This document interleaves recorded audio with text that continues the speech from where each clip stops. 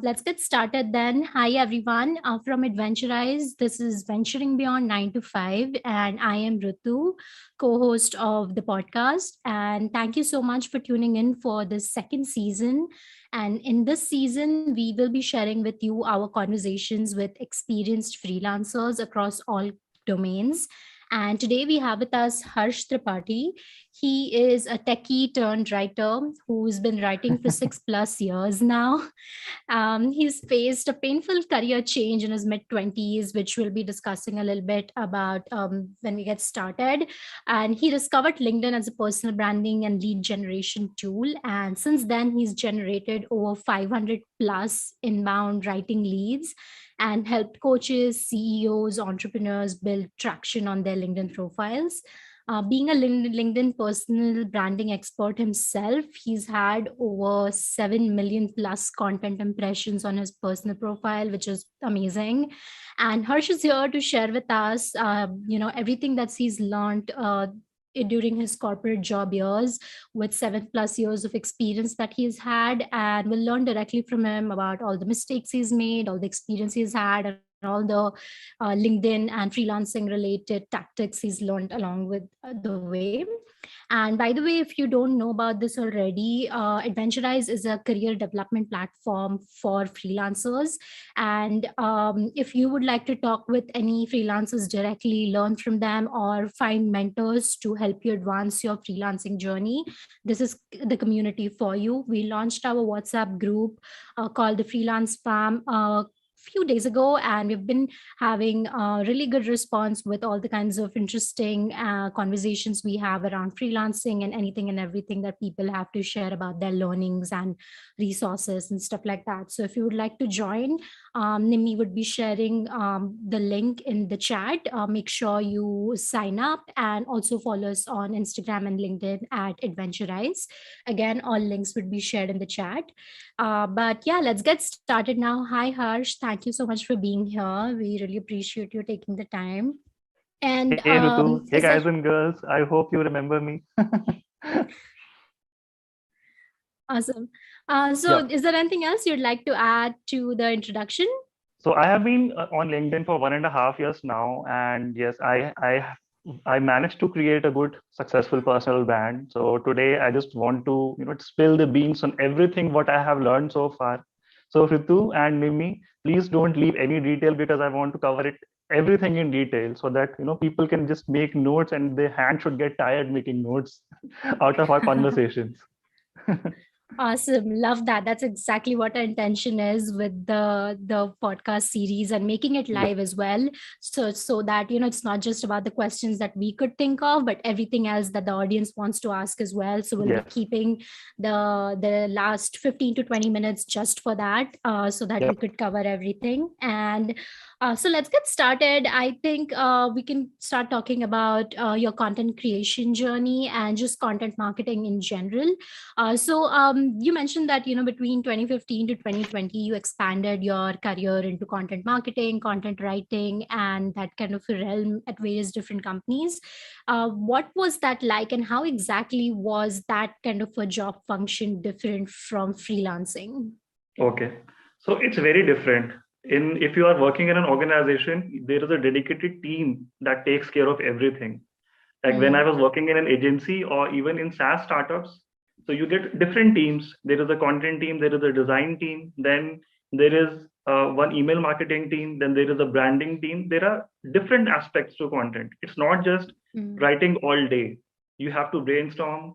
You have to take care of a lot. Okay, but still you get some kind of support whenever you are stuck. Okay, if you get stuck in email, someone from the email marketing team will help. If you need some design help, someone is there. But when in freelancing and you are starting on your own, then definitely you are going to be a one man or one woman army. It's like that Mel Robbins statement, no one is coming. Okay, no one is coming to save mm, you. No one is going to do the marketing job. No one is going to do the graphic job. And in the beginning, if you are just a freelancer, you don't have any experience with you, you are going to be broke as well. So the thing is, if you want to if you want to do all the things on social media, or if you want to start a YouTube channel, or you want to do lead generation, you have to do everything by yourself. That kind of support is always lacking. So it kind of takes a Mm-hmm. toll on both your physical health and your mental health as well. Discipline, Mm-hmm. I talk about it last. Okay. First of all, you will have to realize that whatever is going to happen, koi nahi aayega. You will have to take care of everything. By the time you gain enough money, so people come to support you and you become credible enough to ask for support, you will have to do everything by yourself. I did it for at least 7 or 8 months all by myself. Even though I suck at graphic work, I did that myself. So that's the Mm-hmm. difference. Zero support plus zero clarity about roles and responsibilities. You can be working 8 hours a day, or you can be just chilling, or you can be working and chilling both. But if there is no discipline, then you cannot become a freelancer. Mm-hmm. There is no change to that. Yeah. Yes. Makes sense. Yeah. I mean, the only person who can keep you accountable is yourself.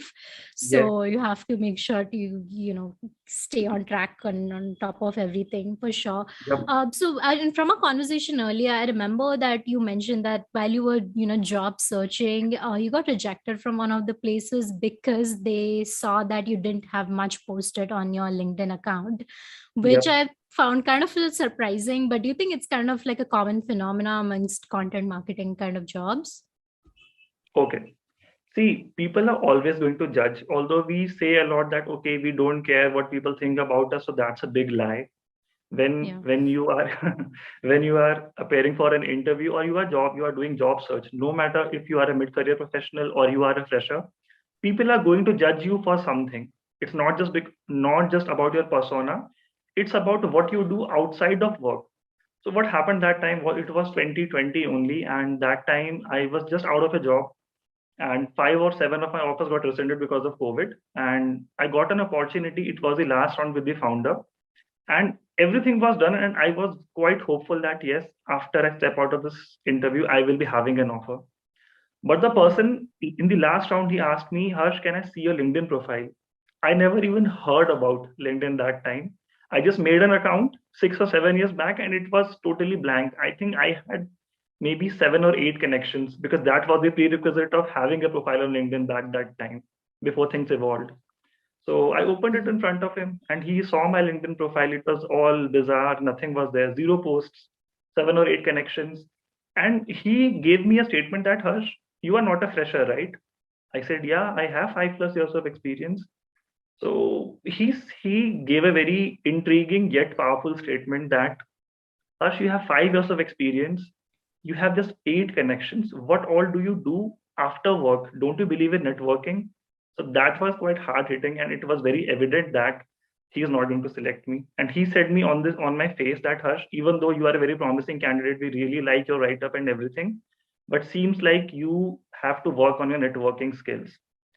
I always Mm. thought, being an introvert, that okay, if I'm able to write well, if I'm working in a team setup, then everything is smooth for me.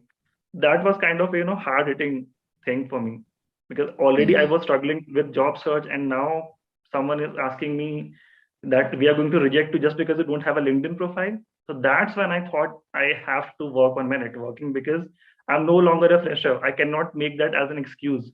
So that's how it Mm. started in 2020, April 2020, it started, to be exact. Interesting. I mean, that does seem kind of extreme where, being able to network kind of is equated to just being active on LinkedIn. But I do Yes, see where that's coming from as well, because, LinkedIn is the primary way for professional networking, especially after the pandemic that everyone's been online. But in terms of your content, just content creation experience, it's been over a year at this point that you've been doing it quite yes. consistently and have had great amount of traction and engagement as well on your profile. What have been your biggest takeaways from this content creation journey of yours, and what would your be top 3 tips be for someone who's just thinking of getting started with content or just is in the early stages of it? Okay. So someone who is just getting started, the first question they should ask themselves is, am I going in this profession because I like writing, or I am just seeing other people making money and I want to do that? There is no problem Mm-hmm. with the second thing. Making money is not a problem. But if you think that within just 1 year or 1.5 years, you will be making as much money as other influencers claim to be, then I think writing is not for you.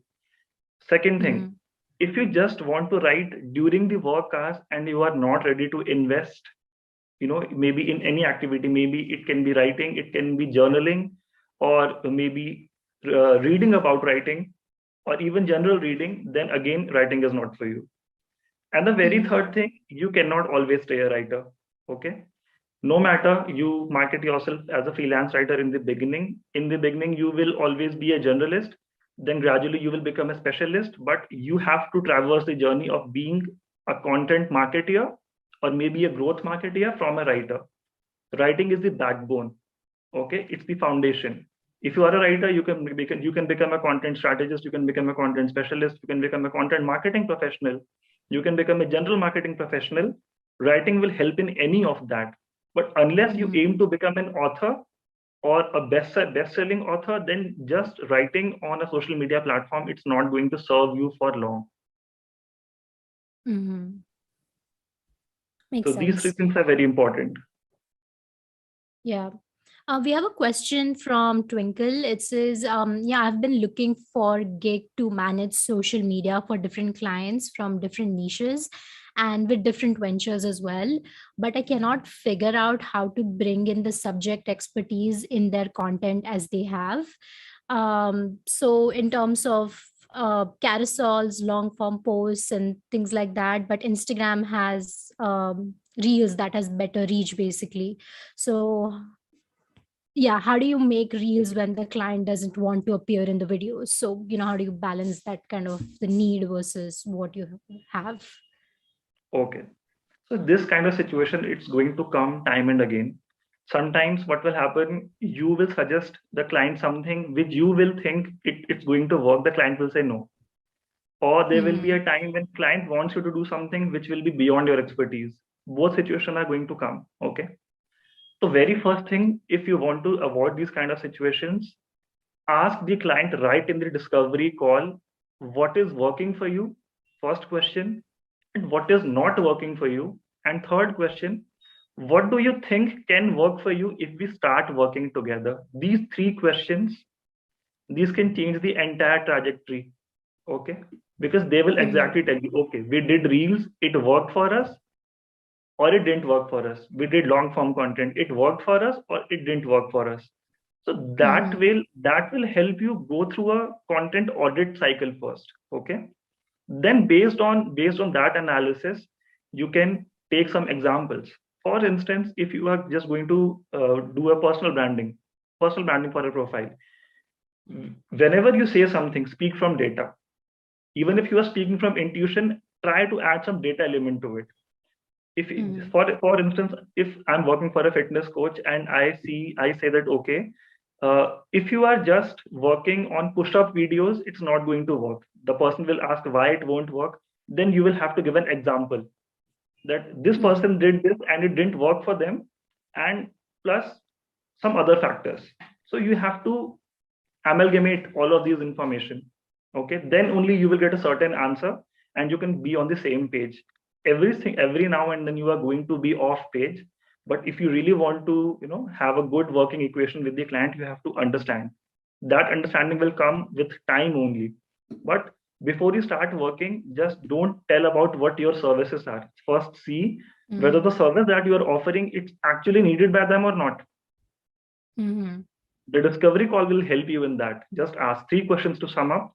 What is working for you currently? What is not working for you currently? What do you think, according to you, can work for you if we start working? Based on that, send a proposal, then do the discussion, then close the deal. Will take just 2 or 3 days, but it will save the pain for later. Right, absolutely. Understanding what the actual need is as opposed to just Yes. trying to find solutions without really understanding the problem itself. So yeah, and I think that's true to, any running your freelancing business in general as well. I feel Yeah. like, to be able to understand where's the gap, what kind of area you're trying to solve for, and stuff like that. Twinkle, do let us know in the chat though, if that answered your question and if I asked the question correctly. But moving on, talking a little bit more about content creation itself. So specifically about LinkedIn posts, is there a particular kind of structure that has worked for you better? And what kind of post have you noticed tend to work better on LinkedIn specifically? Okay. So before you hop onto LinkedIn or any social media platform, or if you want to make a career in marketing in general, I'm saying you Mm-hmm. have to understand human psychology first. Think about your life, think about others' life, and see what's common. Like if you are sitting and you just ask yourself, what do I want to do now? Do I want to listen to music? Music is one common interest. Do I want to watch a series? Series is one common interest. Do I want to read a Mm-hmm. story? Story is one common interest. Do I want to eat something? That is one common interest. Do I want to get surprised? These are all human emotions that move us. Movies. Why do we like movies? Why do we like books? Why do we like novels? Because stories, we are hooked by Mm-hmm. stories. So the very first advice I give to anyone who is starting on LinkedIn, do stories, and don't worry if it's a sad story, it's a sob story, it's a happy story. Let a story be story. No matter what, who says what. I have been a lot vulnerable on the platform. Everyone knows. I feel I have nothing to hide. Okay. Because whenever you are working in a corporate setting, why you have to tell stories, I will tell you. In a corporate setting or even in a work setting, it's not that you are always doing work. Emotions are somehow driving it, whether it's a relationship with your colleagues or whether it's a relationship with your employer or it's a relationship with yourself. Then whatever you think, I think you have the right to speech and you should be telling those stories and Mm-hmm. experiences. Second thing that I tell to people who start on LinkedIn, they say we have nothing to say. How come? I don't believe that. 21 or 22 years of life, I'm just making a general statement. You have been through a lot. You have been through the education system. You have been parented. You have friends. You have subjects. You have likes. You have dislikes. And you say you don't have post ideas. Really? Are you kidding me? you know, it makes me feel like that when people say, and I understand. It's not that people don't have ideas. It's like they're afraid to, put Yeah. themselves out there. कि हम अभी लिखेंगे, someone is going to judge us. Okay, we don't like to get judged. That's not a good feeling. But the Mm. reality is, it will help you become more independent. It will help you be more free. Just write what you want to. Start with stories, your life stories. And the third statement I say to people: stop saying your life is boring. Okay, your life is not boring. It's just that you want to make it boring, so you don't come up with ideas. So stories is one thing, that those kind of posts.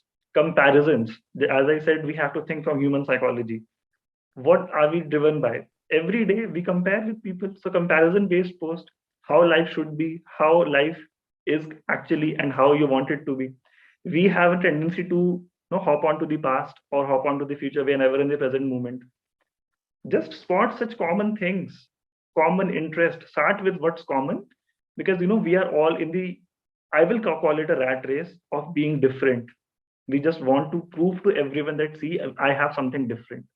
Do that Mm. if you want to, but first of all, identify the common human elements. Our mutual love for things, our mutual love for stories, for music, as I said, for novels, for food, to get surprised, to get elated, to cry, you know talk about all these, Mm-hmm. think about all these things first and create posts based on that. That will help. Interesting. Yeah, I mean, we all know for the reels that we watch or the stories that we read on LinkedIn, the moment we read something and feels like, oh, I've been there, I've done that, oh, I Yeah. can totally relate to it, is when you would actually want to read the whole thing or watch the same Yes. thing again or send it to your friends or share it and be like, hey, Yep. we've been through the same thing. So that Yep. absolutely Invoking an makes a lot of emotion. sense. They're invoking Exactly. an Yeah. emotion. We want to, we want humor. Why do we like sitcoms? Why people watch Big Bang Theory? If you just think Mm-hmm. about these small things, you are not going to run out of content. That is why I never Yeah. run out of content. Mm-hmm. Yeah, absolutely. But I do see where the Yep. point of, the hesitance comes from as well, Yes. which, of course, a big part of it is a fear of judgment and not wanting to, open up your personal stories or life to people in general. But at the same time, do you think, there are any other aspects that people probably struggle with just to get started? And what was your like early part of pushing yourself to put yourself out there and sharing your personal life was like? Were you always this comfortable, or did you have to teach yourself that? No, I was not always comfortable. The thing was, I was stuck at home alone for around 4 or 5 months during the lockdown. Okay. Mm-hmm. So there was this innate desire to share my life. Why the term personal branding? It hit me because we want to create a unique identity. I always wanted that, to be Mm-hmm. known for something. But I always thought, okay, this person has reached the stage. Maybe they have something that I don't have. As I said, that we should not say our life is boring. So I got a little time to introspect after all of the job rejections and whatever incidents happened during 2020, the COVID, all those realizations. And I thought, if not now, then when? I'm already in my Mm-hmm. mid 20s. I have been through a career change. I've seen a lot already. Then someone must get benefit from that. Maybe I will explore something inside me which I don't know. I never knew that I can communicate. I was not a camera person. The person you see me today, I was not that in college. Mm-hmm. I would probably run away from the idea of a podcast, or maybe having a live interview where 20 people, 20, 30 people are watching me. So that helped me, that introspection, that if I don't do it right now, then I'm going to regret it. The videos of Gary Mm-hmm. Vaynerchuk, they helped me a lot because I browsed a lot of motivational videos that time. So Mm-hmm. that's just the idea of regret, because he talks about big things, and I thought he's talking about so many big things, and here I am just afraid about writing my story. I'm not lying. Why should I be afraid? This is one Mm-hmm. more thing I tell to most people I consult, that if it's your story, if you know that you are not lying, just tell it without Mm-hmm. the fear of judgment. Your story, no lie, be transparent, be honest. It will always help Mm-hmm. you. That's it. Yeah, that makes sense. It's just like the first couple of steps are the hardest part, and then once you're into it, I think it just Yes. comes naturally after a point. So in terms of organization and planning that goes into posting consistently and regularly out of all the other things that you have to do, basically, right? How do you go about that? Do you have any productivity tools or any schedulers online that automatically post? Do you batch it? How's your process like? Okay. So until now, the process, the way I work with clients and the way I work with me are totally different. For my clients, I Mm-hmm. have dedicated content calendars to keep Mm-hmm. everything on track. But for me, it's been 1.5 years. I sometimes write in my notepad some ideas. I have written close to 1,600 posts just for myself, not counting the Mm-hmm. posts that I did for clients, but I don't have a calendar yet. Hard to believe, but I don't have a calendar. Most of the times, I either write on my notepad and then I type it on LinkedIn, or I just start the LinkedIn prompt. I Mm-hmm. type the post in 15, 20 minutes, or sometimes maybe 4 or 5 minutes. Because see, if when you are writing from experience, people ask me, how do you create so much content? Why we are struggling? I say, you are struggling because you are not writing from experience, or you think your experiences don't matter. When we speak something from experience, when we speak our story, there is there is a heartwarming aspect to it. Okay. Mm-hmm. That becomes more spontaneous to you. Okay. Because if I ask you, okay, what happened when you were in 11th standard or 12th standard, how did you feel? You don't have to research for it. You will just write it down. It won't take you time, and it will come out better than a researched piece, because you are writing it from heart, from your experience. That will resonate with the reader. So that's Mm-hmm. my secret. Most of the times, I don't even jot down on paper, don't have any productivity tools. Sometimes I use notepads, and those sticky notes, so that if any idea that popped into my mind, and just that, because when you start writing on paper, the idea is in your head, and by the time you are jotting it on the paper, you forget what you were about to Yeah. write. So just for that, I use some sticky notes.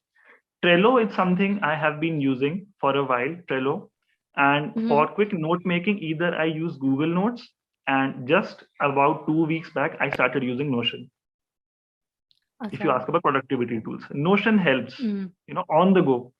On the go, you just jot down the idea, even if I am, in a mother dairy queue, or I'm buying groceries and some idea comes to my mind, I just write it down. Because see, Mhm. when you are living a life as a writer, it's not a job.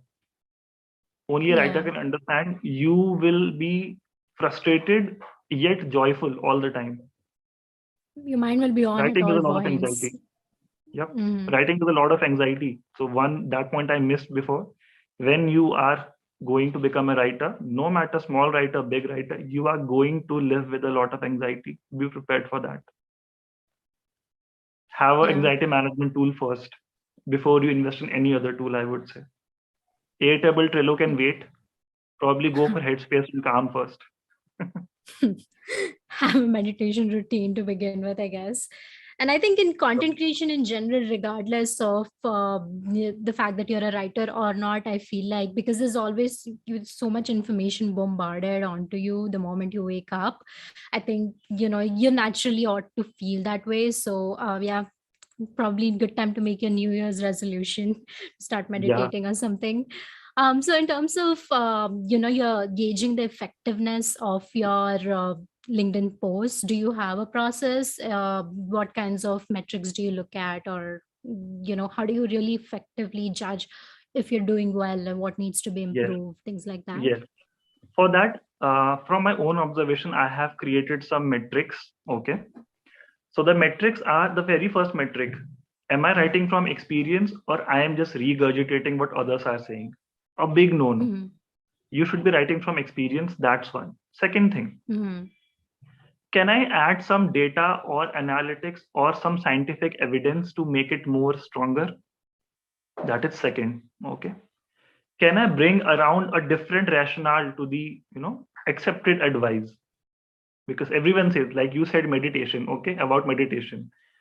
Can I include an element, a contrarian element, because we are wired to, be affected by contrarian opinions. If I say, okay, I don't believe in meditation, that's going to hit you, because that's against accepted advice. But the third point I'm saying, Unpopular can opinions. I Yeah. can I justify that with a valid argument, with a valid example, Mm-hmm. or something I have experienced myself without hurting the other person? So this is one thing, the hurting the other person thing. That is one thing I always take care of, because I talk a lot about society, against society, to be honest. Okay, so I don't want to hurt people, because end of the day, those are my opinions. So Mm-hmm. these three, four things, and yes, fourth thing, is it just sounding like a book, or maybe not book actually? Is it just sounding like a informational piece of advice, or there is an emotion attached to it? Emotion and empathy. Like if you Mm-hmm. want to, have one takeaway from this entire conversation, set a target emotion for every post that you do. Okay, set a Okay. target emotion for every post that you do. If it doesn't have emotion, please don't write it altogether. Skip. No need. If it has Mm-hmm. emotion, okay. If it has emotion, it will automatically come up with the goal. So these three, four Mm-hmm. points I check, and then the cliche advice I would say: take care of the grammar, reduce this sentence length, do proper formatting. Anyone can tell you Mm-hmm. that, but this is my process. I always take care of emotion, and which emotion? Not just humor. Empathy is the biggest emotion, as my mentor told me 6 years back, because my writing was Mm-hmm. quite robotic. Most people, their Mm-hmm. writing is quite robotic, and they don't understand why it is reading so robotic. It reads robotic because it doesn't have any emotion. Any core emotion is not attached to it. And on social media, the attention spans are very low. So you better include an emotion, if even if it's not a personal story or professional story, add an emotion. Okay. Mm-hmm. And don't hurt people while doing it.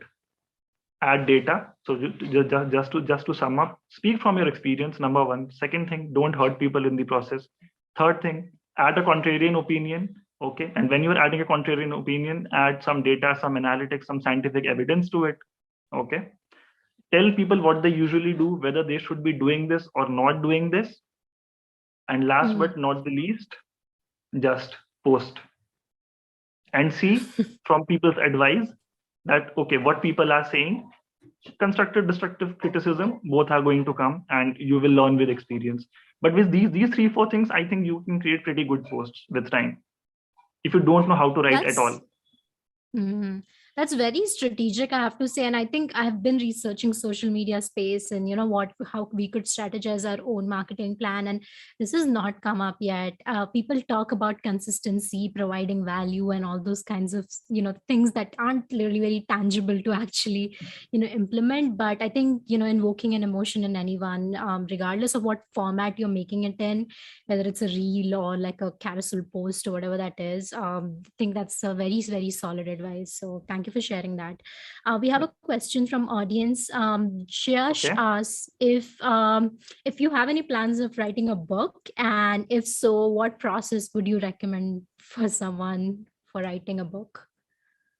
Okay. I do want to write a book, maybe something on personal growth or mental health from my own life experiences. I don't Mm-hmm. have a process yet, but I can suggest a resource that I have been following for. It's a blog called ZenHabits.net. Okay, Mm-hmm. the author is Leo Babuta, and he has wrote many good books, ebooks. I would say he has good programs there as well.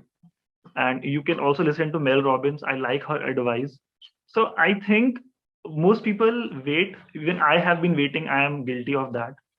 We wait for perfectionism. Might sound cliched advice.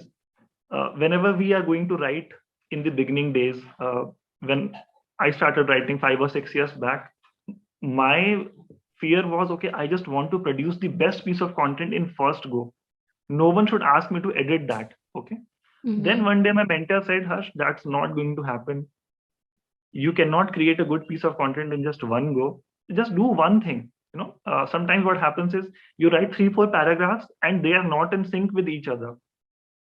They Mm-hmm. seem to be totally disconnected. He said, write disconnected, okay, and then connect afterwards. Don't worry. If you want to write the conclusion first, go for it. You want to write the body first, do that. You want to write the intro first, do that. Don't follow any standard advice. See what works for you. So what happens? I was very fearful that time because the intro I would always used to write at last because the body I used to research from the web, so that was easy to write. But to hook the audience, the intro and Mm-hmm. the outro, how to end a blog piece or how to end a post, that used to be the most difficult things for me Mm-hmm. because there the right emotion has to be there and you have to handle a lot of objections. Okay, so whenever I coach people or teach people about writing, I say, when you read something, आपके mind में भी ऐसा thought आता है बहुत बार, ये क्या लिखा है, what is this, just judge your writing on those parameters. Can someone think this way while reading my writing? अगर ऐसा है तो account for those objections in your round of Mm-hmm. edits. Okay, so that's a very broad topic, but yes, all in all, you will have to figure out your own system. You have to see what Mm-hmm. works for you. Sure, take my advice. I can tell what works for me. Okay, I deviated from the point a little. So yes, coming about book writing, a book consists of maybe 20 chapters. Okay, if you cannot write 20 chapters, I would say just write one page. I think the type of LinkedIn post I have written, people have said, why don't you make a book out of it? And even I was Mm-hmm. thinking, why can't I? I can. Okay. Disparate sources, as I said, right? Disconnected, then connected afterwards. It will make Mm-hmm. certain sense. You can always refine.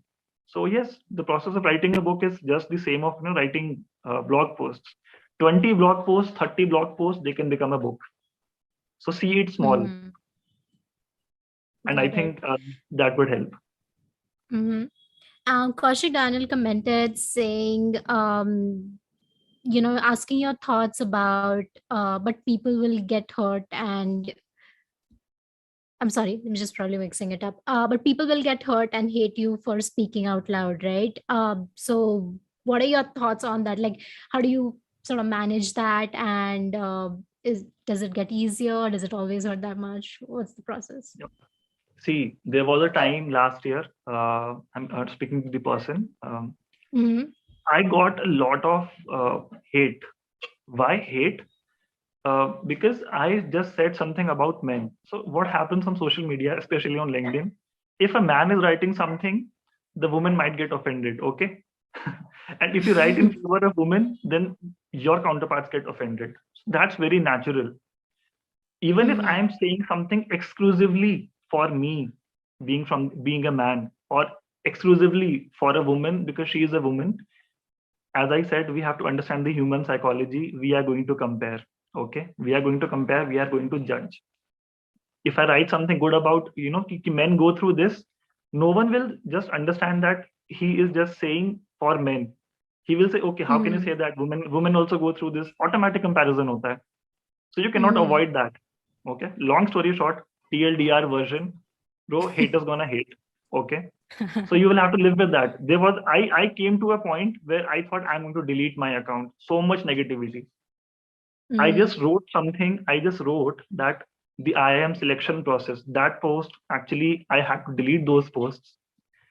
They got 7 or 8 lakhs views, one post. Two posts, Wow. 15 lakhs. Okay. And what I just wrote, the selection process, the 10th or 12th के जो marks है वो factor नहीं होने चाहिए. It was my thought that, okay, Mm-hmm. someone might, as we mature, 18 is not, 16, 17 is not the right age. कि हमें पढ़ाई अच्छे से करना है कि नहीं करना, grades dip करते हैं, lot of things happen. I just wrote that. So people said, okay, do you want to say कि some people who are topping from since childhood, so they are fools? How can you compare? I said, I didn't say कि they are fools, but I'm just saying. So that post garnered a lot of hate comments, a lot of hate reviews, and the comments Mm-hmm. kept on coming. I remember the last when I deleted that post had 4,000 likes that time. Yet I deleted it. Okay, I got messages from students from IIM that, bro, you were walking on thin ice and all of that. So Mm-hmm. from that day, I decided that anything I'm going to write, I will think before posting. Okay, if something Mm-hmm. like this happen, and it's not that कि ऐसा कोई event हुआ तो it will affect me or it should affect me, Mm-hmm. but मुझे अगर पता है, if I know कि this is going to affect me, this is going to happen, I would probably skip Mm-hmm. the drama. So that's the thing. Got it. Be prepared in your mind before you write. Don't delete then after that. Mm-hmm. एक बार लिख दिया, done. Your job is done. If you get constructive, good for you. If you get destructive, ignore. Yeah, makes sense. Going to happen a lot of time. Samitra, Yep. yeah, yeah. I think you just have to get used to, and I think with time, it hopefully gets easier. I haven't experienced it Yeah, because yes, so. it becomes easier. I have got used to it. It's Mm, not that I don't get hate. uh-huh. I get hate as well. No Yeah, problems I in think that it's because bound to happen when you put yes, yourself out there on the internet. People have time, they have opinions, and you're not always going to agree with them. So that absolutely makes sense. So, Amitra, I would like to ask about your sources of inspiration for every piece of content. I mean, you kind of mentioned about your personal life experiences, but is there anything outside of that? okay. So um, I think my biggest inspiration is my sister. So whenever Mm-hmm. I am writing something from my own family, because I haven't had to look for outside inspiration in the beginning. Okay, Mm-hmm. all the figures that we see these days, Gary Vaynerchuk and everything. So this is the part of the modern world, the digital world. Okay, but Mm-hmm. I have been raised in the 90s, so those things didn't exist that time, that nostalgia and everything.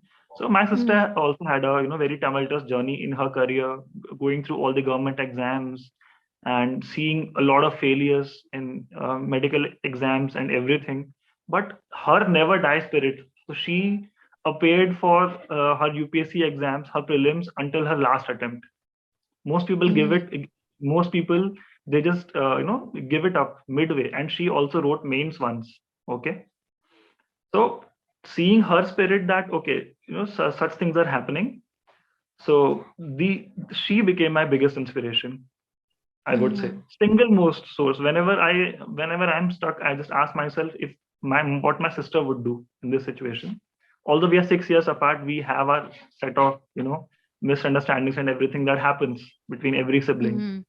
But when it comes to motivation, I never had to look outside. Everything was present inside. Makes sense. So Samitra asks again, what are your thoughts on this quote that says every artist is a protagonist by own nature, whether digital or analog? What are your thoughts about it? Okay. Yeah, I think it's true. So every artist, they have their unique angle, and I think we should not be imitative most of the times, even if it comes to LinkedIn or anything. Because an artist, first of all, as I said, you have to see some common elements, then you can differentiate. Until you know the common elements, you cannot differentiate. Okay, so first is try to find the common elements, then see how I can differentiate. So I think that's sorted. Some people say, okay, until a writer is into toxic substances, they cannot write. Some people ask me, okay, you don't smoke up, how can you say you are a writer? A character or something like that. I say no, there is nothing like that. You don't have to do it. These are just As myths. if smoking up is a prerequisite for being a writer. See, Yeah. this is what we call over inspiration. What I feel, all the musicians, leading musicians, and everyone, they kind of propagate a lifestyle. They don't propagate a lifestyle. Actually, I think they live with certain amount of pressure, and they think, okay, this is the easy way to suppress all of that. Whether you talk about like my favorites have been like Linkin Park, Chester Bennington. He's not no longer with us. So I read his story. I listened to G-Eazy and all of them, and even Eminem. So this thing is very common, intoxication Yeah. and all of these substances. So I think there is no standard rule. Sia is not doing any of it. She openly tells, and we know how great she has done.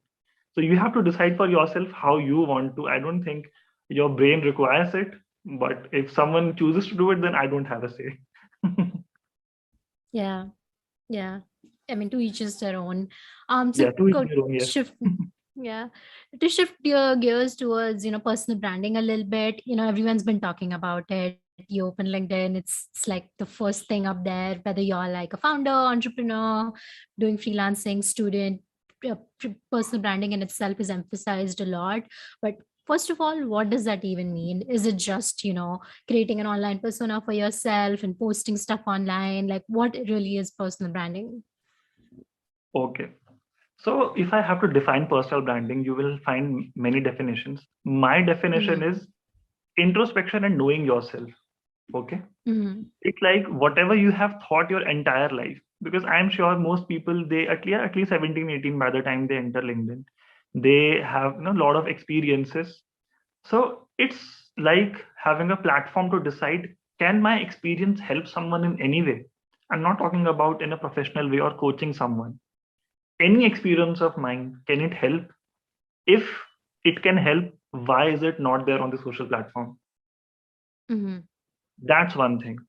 I have had many experiences from a career change and everything. Now, because I have been through the career change and I can help someone avoid those challenges, avoid that frustration, why not? That's my definition of personal branding. On social media, we talk a lot about different things. Um, we should be adding value. We should do this. We should do that. But one thing that never goes out of fashion is helping people in any way. So I got a lot of messages. I didn't know that my writing is creating an impact. One person said, Harsh, your posts give me the strength to get out of bed every morning. I cried that day. And that happened last year. Okay. And I have had many messages like that. So some people said, okay, all a game of perspective, as I said. Some people can say, okay, you are putting out sob stories, you are a crybaby, you are this, you are that. but there are going to be people who will find or derive inspiration from it, the people who Mm-hmm. can derive strength from it. So just think about just one thing, personal branding in a nutshell. Mm-hmm. What experience of mine, personal or professional, can help people? Start with that. Mm-hmm. I thought my Mm-hmm. career change can help a lot of writers. So I talk a lot about different aspects of career change, what I went through. And whenever someone asks me, what do I need to become a writer, I am never hesitant to tell them my journey. If my journey can Mm-hmm. help, that's my definition of personal branding. That's it. Nothing else. Be Awesome. honest, be transparent. You don't have to lie about anything.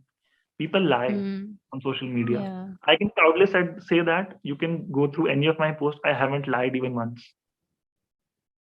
I even bet people you want to Mm-hmm. cross check, you can cross check. I have been through a career change. Go to my employers, talk about my employment history, whatever you want to, you are free. Mm-hmm. If I have done something, I have done something. And I will be sharing it. If it helps people, okay. If it doesn't help people, then also it's okay. Do each their own. Yeah, yeah. So we have another question that says, yes, Josh would like to know about ghostwriting, would like to know if the role of a ghostwriter could be more like that of an accountability partner. How do you think being a ghostwriter can help? Okay. See, it's not about if ghostwriting can help or not. The main thing is who are you helping with ghostwriting? Who is seeking your ghostwriting service? That's going to be the deal breaker. For example, Mm-hmm. most people who are damn busy, someone who is just starting their business, or someone is a CEO, or someone who is a coach, they want to start a business, but they don't know how to market it. Okay. They have knowledge in other aspects, but they don't know how the messaging should be, how their words will be perceived once they come out. So if someone of that level asks you for ghostwriting services, then definitely go for it. Because whenever you are ghostwriting for them, you are going to have a lot of discussions, okay, with them. And with those discussions, you will eventually figure your goals. It will help you with your goals. It will help you shape your writing, and it will also help you know how exactly the other person thinks, whether there is a mismatch or whether your thoughts are the same. So I have worked with CEOs. Everyone knows the kind of CEOs who post on LinkedIn. Not everyone is doing it on their own. It's a Mm-hmm. known fact. Everyone knows they don't have that much time. That's why they have content strategists with them. That's why there is a CEO office with big organizations. That's why they hire Mm-hmm. ghostwriters. So when you are ghostwriting, it's for purely your own experience, for your own learning, because you cannot use those samples elsewhere most of the time. You have Mm-hmm. to take specific permission if you want to use those pieces, because no one wants to disclose that, okay, I haven't written this. So Right. if you want to Yeah. go for ghostwriting, if you're trying to learn, then that's perfectly fine. But if you are trying to create samples out of it, not a good strategy. It will create Got problems it. because person will ask for samples. What will you show? It's not your Mm-hmm. own writing. You don't have a byline. Yeah. So do you think, lot of times you see a lot of articles published on Medium or blog posts or other, publications like Forbes and stuff where people are, the CEOs, the founders of big companies talking about trying to be, thought experts in the field. Are those kinds of things also written by ghostwriters a lot of times, or is it just sort of pertaining to LinkedIn and social media and stuff? Yes, lot of times ghostwriters, because Mm, yeah. we can be good at skill, but not everyone is good at communication and messaging. Mm, As we say in India, क्या है, मेरे को खाना आता है but मैं खिला नहीं सकता. I can eat, but I cannot, because see, teaching is something. See, the edtech market has changed a lot. Like mm, I remember a time we used to mock teachers in childhood, right? When we were kids. But now everyone, they are venturing into the edtech market, being a mentor, being a coach, because it has become a trend that also has an impact. But when you are already busy with your core work, how will you find right. time to extract Mm, messages? All those discussions, you will be writing first drafts. Some people, why the higher writers, they say, okay, we have an idea but we don't know how to frame it in words. We will give you mm. input, just frame it in words for us. all the elements I discussed in the beginning of our call, add that those elements, those empathy, those sentiments, those arguments, those contrarian opinions, they don't know any of that. What will shine with people, what will create an impact? They know what they are trying to say, but it's not coming out as expected, as it should be perceived by the audience. That's why they hire ghostwriters who can do the communication work. Because end of the day, the kind of writing we are doing, what is the goal? Communicating, Right. communicating a message. It's not just words on paper. Words on paper will not get paid. The messaging and the communication, that will get paid. Yeah. Yeah. So we have one more question, and of Okay. course, we're like, it's almost 6. So I just want to quickly ask you, do you have a hard stop? Because, there's a lot of them coming in. Do you Yeah. need to stop at 6 itself? No, nothing like that. Okay. Okay, so the question says, could you share any tips and strategies to get your post go viral or get a good reach on LinkedIn? Is there any preferred time or anything as such wherein you can check and monitor the analytics on LinkedIn? And so basically the question is around, how do you actually grow your LinkedIn presence? Okay, got it. See, a lot of things have changed on LinkedIn as per me. The reach is dwindling a lot, okay, because more creators, they are hopping on the platform and everyone wants to go viral. I think rather than trying to go viral, I think just try to be genuine and honest. If it has the right element and if it resonates with people, it will go viral on its own. Okay. Why stories go viral? Because, as I said, just think about things that we are inclined to, as I discussed earlier. We want to compare, we want to listen to stories, we are inclined to music. Think about common interest, contrarian opinions, all of that. Don't try to get viral. Many people say, okay, there are viral elements. No, there are not any viral elements. No. You just write it from your heart, it resonates, it goes viral. That's it. Okay, that's the only recipe you have. You have a contrarian opinion and you actually have the courage to say something which the other people don't. Those things go viral. But if it, if it kind of hurts people, I will tell you with an example. During the pandemic, I was following a person, I won't name obviously, and they I noticed something, that their tone is demeaning. Every message they put across, they would demean someone, either their employees or maybe job seekers or something like that. So when most people started losing jobs in the pandemic, many people lost their jobs. Okay, that time the person said, the core message was that if an employer has let go of you, then it's your fault because you failed to upskill. I found it very demeaning, to be very honest. Okay, I understand upskilling and everything, all of these things we do, but I think there is a proper time. People are struggling that time. People have kids at their home crying. You cannot tell people to upskill, right? So I unfollowed. That was a strategy to get viral. That's why I said don't hurt people. Okay. Be genuine, but at the same time, make an announcement that my intention is not to hurt people. As I said, empathy is the biggest emotion in writing. One thing, and you will become a better writer even than I am on LinkedIn. Empathy is always going to help you. Okay. And if you're asking about tools, Shield is one tool that has helped me. Shieldapp.ai.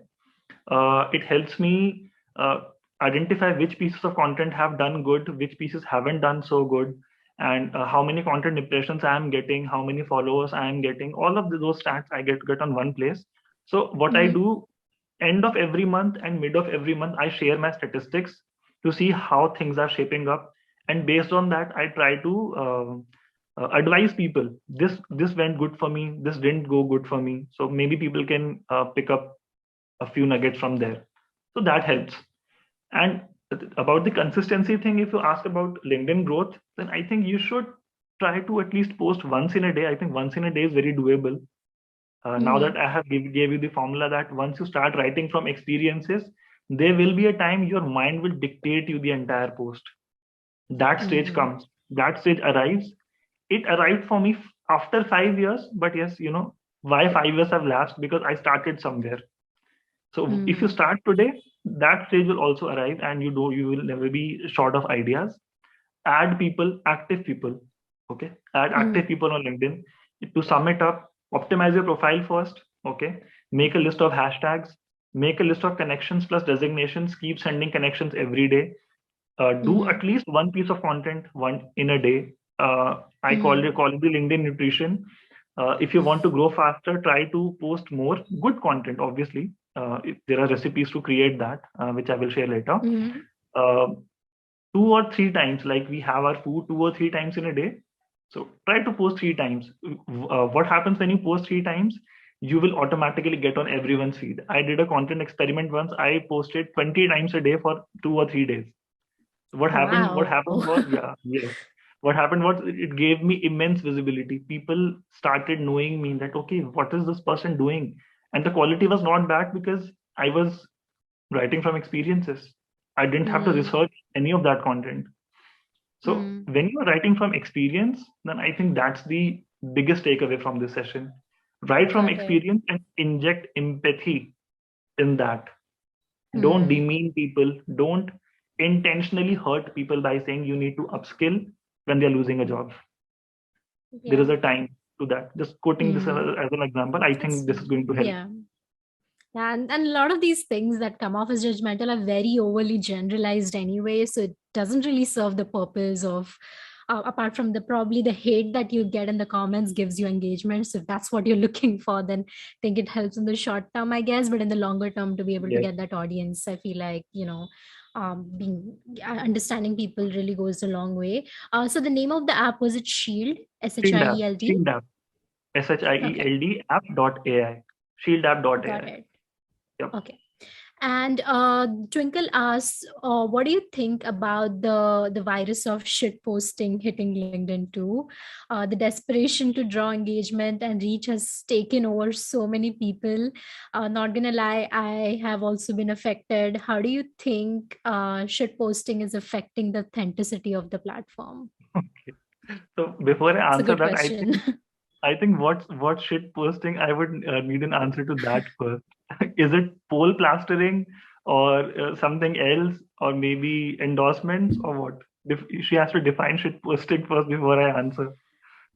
Do you want to clarify that in the chat, Twinkle? Or you can turn your Yeah, mic on as well. That's fine. I just hope I don't, hurt someone's feelings when I define what I mean by shit posting. So, Yeah. yeah, shit posting, I believe you have actually covered it all already. Like the one thing that I'm seeing a lot of polls, like they are seriously, they're baseless polls. People are asking anything. How do you want your life partner to be? Do you like watching What stuff? Yes, beverage do you like drink? even yeah, even the options are limited to yes or no. What kind of polls are those? Like I believe yes, polls do have better reach, but I think like you should have something to put value into the system, the ecosystem that actually someone has created. Not that, but polls ho gaya, irrelevant memes ho gaya. There are so many things, right? So you get the point. You are better at Yes. better at engagement thing than me. Okay. Okay. Now I got your perspective, Twinkle. Thanks a lot. See polls. So most people have seen I don't do a lot of polls. Okay.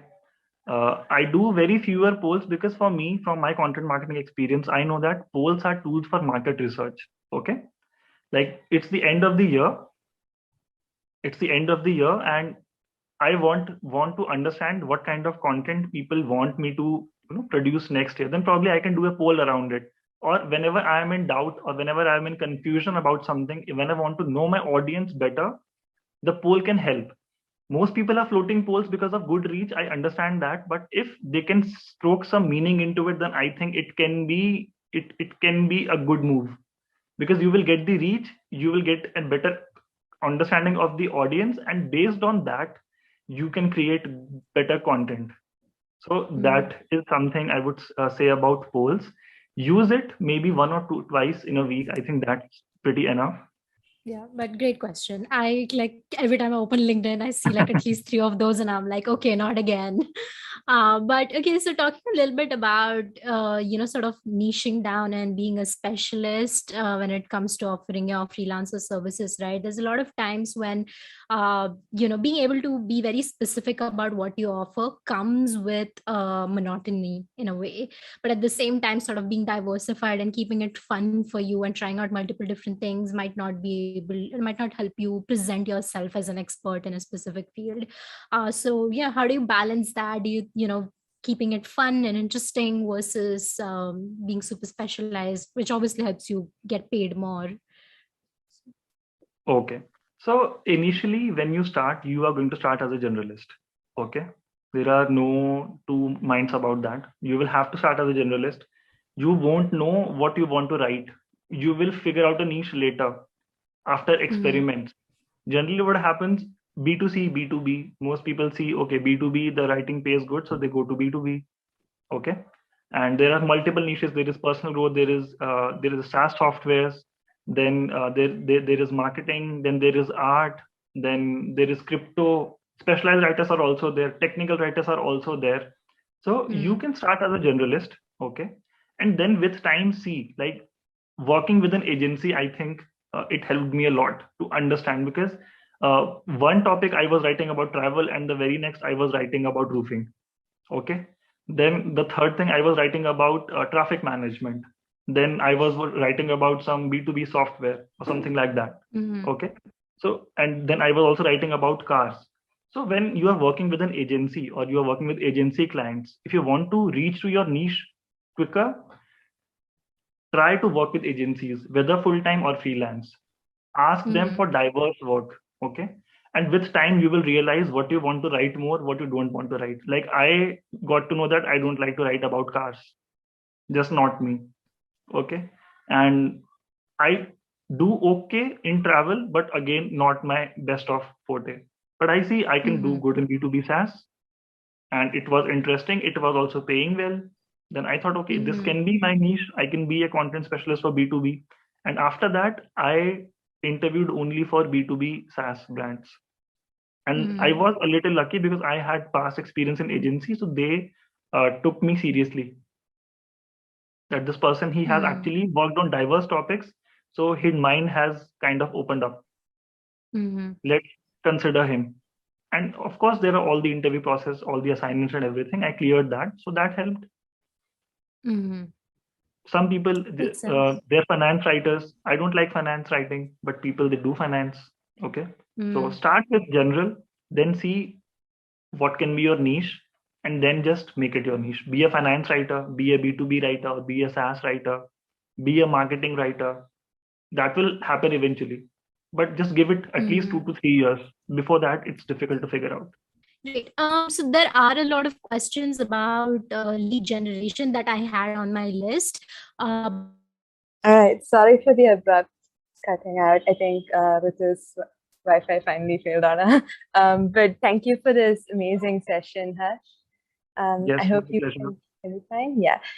Just to close off, maybe could you share the best and worst piece of advice that you've received in your freelancing journey? Okay. I think the worst advice was work with everyone. I would say, just accept clients whosoever is coming your way. Because I think in the beginning, you should try to pick fewer clients, try to get testimonials from them, try to get feedback from them, and either use that to find more clients, or just continue working with them to have a long-term partnership. So that, I think, it can impact a lot in your freelancing career. If you try to close every deal that comes your way, then I think that's not the best piece of advice. See for yourself, experiment. And again, I said, try to develop your own systems. Something that is working for me might not work for you, and vice versa. But always see what your heart is saying. Just take that plunge. As we say in the road not taken, until you go through that particular path, you will not understand. So give yourself time. Most people are not willing to give themselves time. So give yourself that time and have patience. So I think that's pretty much it. Yeah, definitely. Like patience is definitely a virtue, right? And I completely agree with your point about you'll never know if you don't try. So that's Yes. a solid piece of advice, I think. Some mentor can always help, but most of the things you will have to figure it on your own as well. So it's going to be a blend. And just enjoy the journey. That's a good point. Okay, just to close off, do you have any kind of recommendations, books, podcasts, videos, movies, like anything you recommend to early stage freelancers who are just entering the field and exploring, right? Okay. So one book I would recommend everyone, it's called Everybody Writes. If you are just starting out and you don't know anything about writing, I think that's the first book you can read, and that will at least give you the confidence to write. Everybody Writes, the author is Anne Handley.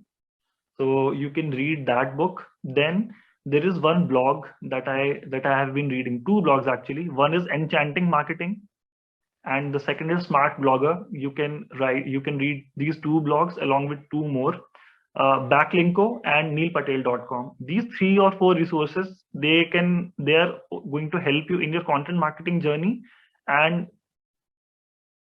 content marketing as well, both. So I think these resources are going to help, these books and these blogs. Yeah. And I've heard a lot about Neil Patel as well. So those are definitely some great resources to check out for the audience. Do you have any final announcements or anything that you'd like to promote? Okay, announcements. Announcement as of now I don't have, but yes, I might start my own blog in 2022. Still deciding on a few topics. Still deciding on the topic, whether it should be a core personal growth or it should be writing or a blend of both. So yes, to all the participants, if you can help me zero down whether you want to just hear to personal growth advice or writing advice or both, so please help me out in this. I would just request that. Definitely. And yeah, that's definitely something that we can shoot our community freelance fam as well. So both please. Yep. So we have positive endorsement from the community. But yeah, you're in the community as well, Harsh. So hopefully we can help you out there. And yes. And yeah, just to close off, if you're a freelancer who is interested in entering like a peer-to-peer networking community or signing up for a consultation session with an experienced freelancer as a mentor, then sign up using the link in the description. I will add it in the chat here as well. And thank you so much for joining in, for asking questions and interacting with us. It was really great. Hopefully we'll see a book out from Harsh as well sometime soon. Yeah, even I'm hoping that. That day will arrive for sure. Yeah. Yeah, I hope somehow managed to get my hotspot back, but I just wanted to drop in really quick from my phone and say thank you for taking the time, and thank you, Nimi, for covering up last minute. But yeah, apart from that, I'm really glad it was a very interactive conversation today, and people got to ask their questions firsthand. So that's great. And finally, I just shared a feedback form. It's really, really short. It'll take you a couple of seconds, but please fill it out so we get some feedback on how the event went and improvements that we can make, right? And I hope you enjoyed the call. Yes, we'll be sharing it with Harsh as well. So yeah, thank you so much. Thanks so much, Harsh. Take care. Bye-bye.